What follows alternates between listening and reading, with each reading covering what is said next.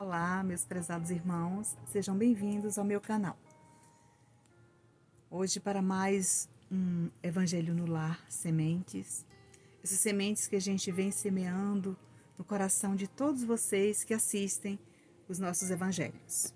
Hoje nós vamos falar um pouco sobre o capítulo 4, Ninguém pode ver o reino de Deus se não nascer de novo, e o item 25, necessidade da encarnação.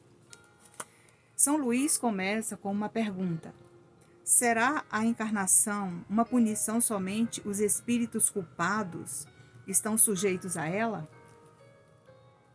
Resposta: a passagem dos espíritos pela vida corporal é necessária para que possam cumprir, por meio de ações materiais, os planos cuja execução Deus lhes confiou. Isto é necessário para eles mesmos, pois a atividade que estão obrigados a desempenhar ajuda o desenvolvimento da sua inteligência. Deus, sendo soberanamente justo, considera igualmente todos os seus filhos.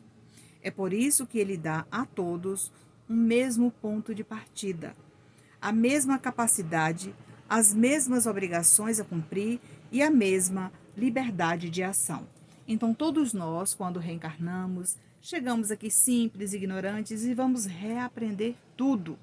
Porque numa outra oportunidade nós já estivemos por aqui e, porém, Deus nos dá essa oportunidade para que pudéssemos rever os nossos erros, consertar, né, os nossos problemas que deixamos para trás e que trouxemos para resolver nesta vida.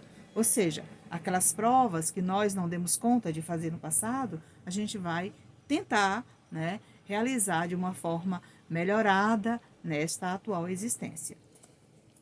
Qualquer privilégio seria uma preferência e qualquer preferência uma injustiça, porque não existe essa questão do privilégio, da preferência. Não, cada um traz a sua parcela de contribuição, boa ou ruim, para desempenhar durante o momento em que estiver aqui na Terra trilhando com a sua família, tá?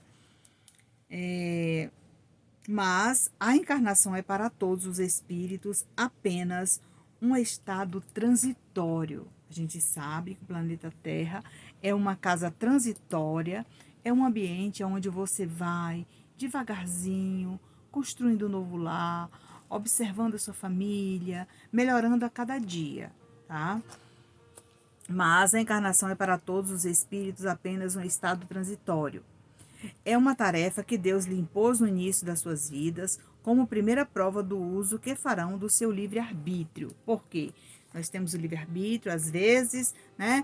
Nós casamos, separamos, fazemos coisas muitas vezes inadequadas, porque a gente busca utilizar-se de livre-arbítrio e faz do nosso modo, nem que esteja errado. Mais tarde você se arrepende, pode rever seus erros e consertar também, tá? Aqueles que cumprem essa tarefa com zelo vencem mais rapidamente e de maneira menos aflitiva esses primeiros degraus da iniciação e colhem mais cedo os frutos do seu trabalho.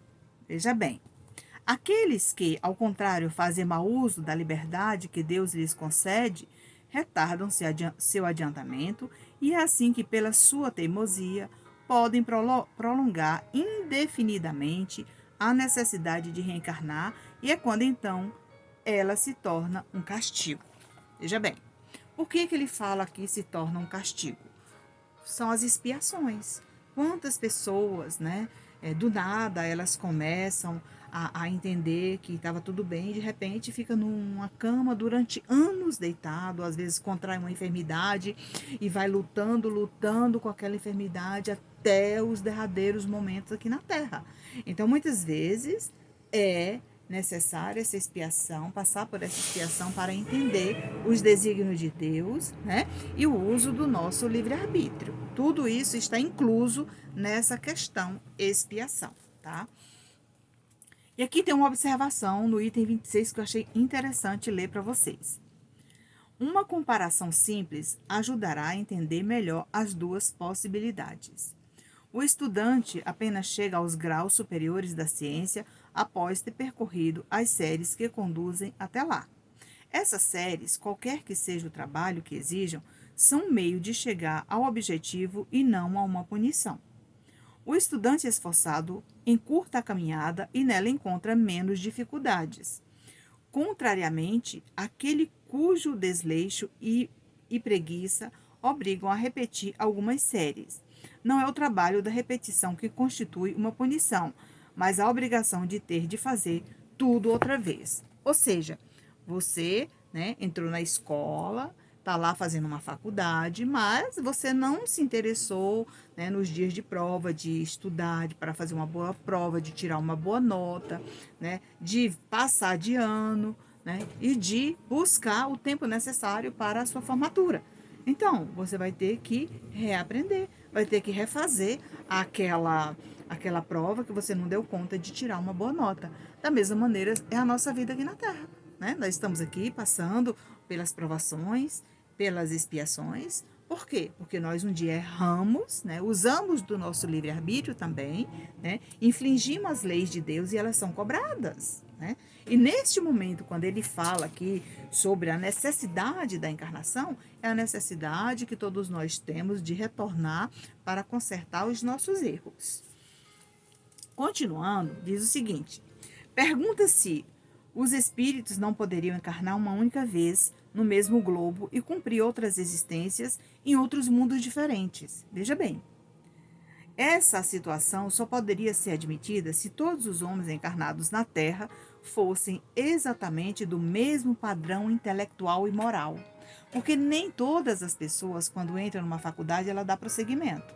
Nem todas as pessoas, quando começam a estudar, ela consegue chegar até o final daquela graduação, muitas vezes, ou até um ensino médio, ensino fundamental. Às vezes teve que deixar para ajudar a família, né? E quando a pessoa muitas vezes está bem, melhor, já organizou sua vida, ele volta para fazer uma faculdade, volta para estudar, como aconteceu comigo, né? Eu agora, já 60 anos de idade praticamente, terminei uma faculdade. Por quê? Não foi desleixo anteriormente. Foi porque antes eu não tive condições de fazer. Mas aí eu aproveitei essa oportunidade nesta vida. Será se estava no meu processo reencarnatório?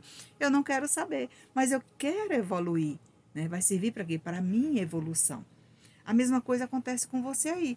Muitas vezes você não teve a oportunidade de, numa outra existência, construir uma família, né? Organizar a sua vida, e nesta você teve a oportunidade, né, de construir uma família, ter filhos, netos, até mesmo a oportunidade de ver os bisnetos, né? Então tudo isso está inserido nesse programa, nesse processo reencarnatório de cada um de nós. Mas eu vou deixar aqui o Evangelho segundo o Espiritismo, capítulo 4. Ninguém pode ver o reino de Deus se não nascer de novo, para que você possa estudar com bastante paciência, com calma e no conforto do seu lar, e ver, né? Tem tanta coisa aqui para esclarecer que muitas vezes a gente tem dúvida, não é verdade? Então, se você gostou desse vídeo, curte, comente, compartilhe. E eu vou terminar esse vídeo com uma prece, agradecendo a Deus, nosso Pai, a Jesus, o nosso Mestre, e agradecendo a você que nos assiste aí do outro lado da nossa telinha. Fiquem na paz do Mestre Jesus.